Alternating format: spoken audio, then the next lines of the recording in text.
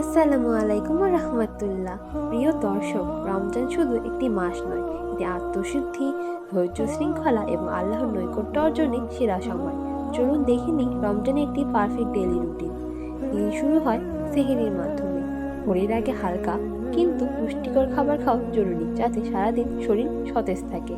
সেহরির পর ফজরের নামাজ আদায় করে কিছু সময় কুরআন তিলাওয়াত বা জিকিরে ব্যয় করলে দিনটি বরকতময়ভাবে শুরু হয়। দিনের বেলায় নিজের কাজ, পড়াশোনা বা দায়িত্ব পালন করার পাশাপাশি গীবত, মিথ্যা কথা এবং খারাপ কাজ থেকে নিজেকে দূরে রাখা রোজার আসল শিক্ষা। সুযোগ পেলেই দোয়া ও ইবাদতের সময় দিন। বিকেলের দিকে ইফতারের প্রস্তুতি নিন। খেজুর ও পানি দিয়ে রোজা ভাঙা সুন্নত। ইফতারে অতিরিক্ত তেল মশলাযুক্ত খাবার না খেয়ে ব্যালেন্সড খাবার খাওয়া স্বাস্থ্যের জন্য ভালো। ইফতারের পর মাগরিবের নামাজ আদায় করুন, পরিবারের সাথে সময় কাটান। এরপর এশার নামাজ এবং তারাবির নামাজ রমজানের বিশেষ আমল। রাতের শেষ ভাগে যদি সম্ভব হয় তাহাজ্জুদের নামাজ আদায় করুন। এই সময় দোয়া কবুল হওয়ার বিশেষ মুহূর্ত। মনে রাখবেন, রমজান শুধু ক্ষুধা সহ্য করার নাম নয়, এটি নিজের চরিত্র গঠন ও তাকওয়া অর্জনের মাস। ভিডিওটি ভালো লাগলে লাইক, শেয়ার এবং সাবস্ক্রাইব করতে ভুলবেন না। আল্লাহ হাফেজ।